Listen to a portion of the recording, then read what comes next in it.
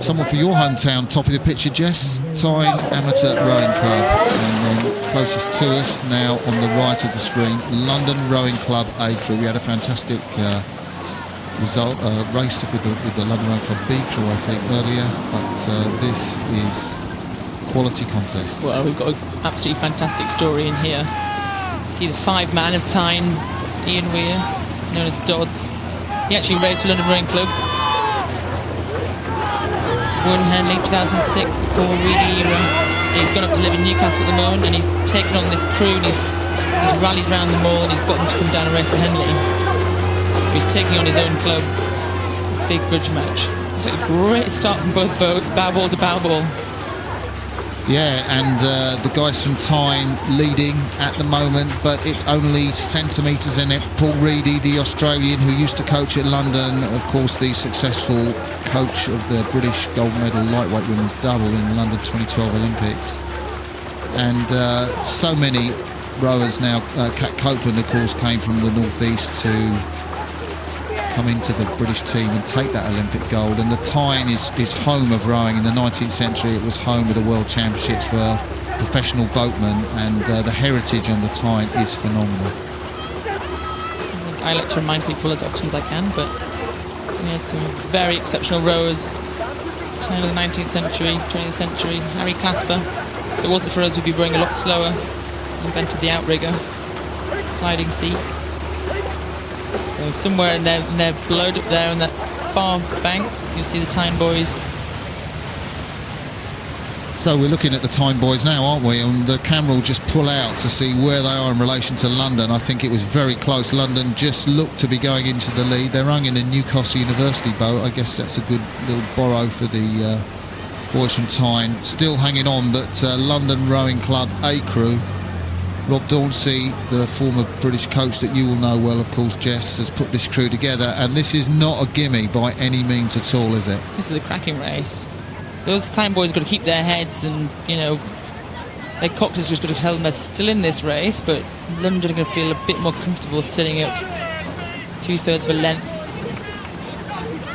So I think the 6-man in the London Rowing Club 8, the 47-year-old. So look at the cocks. If you're trying to work out where the 6-man is in the London Rowing Club, that's the nearest to you. You've got Nicholas Sarney, Mike Platengia, James Sexton Barrow. But Tim Senior, he is the dad of Max Senior, who is rowing in the Radley First Day. And could Tim Senior, the 47-year-old in the 6th, I'm sure the nice director will give us a shot of him at some stage in the race. Could he be the first? There he is, you can see him there, 47 years of age. Could he be the first ever dad to row at Henley Regatta in the same year as his son is competing? I don't know the answer to that question. And he's in the 6th seat. That's a tough seat to row, and he's in charge of the rhythm of the boat, I'd always say. Yeah, but I mean, if you're old, he's got it. Bung yourself in there. I mean, that's where I'd be if I was sat there, Jess. So I'm sure you'd be in there too. I'm the 5 girl. So London Rowing Club on the right of your picture, the experience there in the 6th seat of Tim Senior against the experience in the 5th seat, the 38-year-old of Ian Doddy Weir, former London Rowing Club member, in the Tyne crew on the right of your picture. They're holding on though, Tyne, come on, stay in this race. So what's the man got in the 6th seat? Tim Senior, he's now got to open his locker and see what's left in his kit bag, because there's still work to do as the crew from Tyne press, and I think they are edging back. Look at that margin. We've got plenty of rowing left in this race. If Tyne can summon up something. So the boys from town, let's give them a shout out. Elliot Sharp, Matt Crooks, Elliot Lewis, Tommy Campbell, Ian Doddy Weir in the 5th seat, Henry Galbraith, Alex Spencer, he's trying to support from the 6th, 7th seat, and then stroke James Foster. Rebecca Moore is screaming her head off at the moment. They're going to do something, they're going to go now, they've got 200 metres to go. They've not given up whatsoever, and they're racing really hard down these enclosures. Can London hold on? So Nico Sarney, the London Cox, is looking over his shoulder, just checking the distances. Telling the boys there's not far to go. I reckon you got about 20-25 strokes in that one. I think London will just crack this. They've just kept their nose ahead.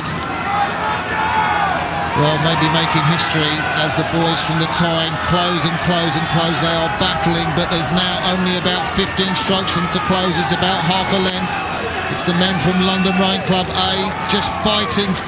Stroke Mark Potenza is really just putting the rate through the roof to keep his crew in front. Tyne get closer and closer, but they're not going to do it. London crossed the finish line. Cracking race. Great race. Half a length the margin. What an amazing contest. The London Rowing Club. There is that man in the 6th seat, the London guy, Tim Senior, 47 years of age. He is absolutely exhausted. What is he doing there at 47? You can see the agony on his face. But there will be ecstasy when he realises he's just won that heat of the Thames Challenge Cup.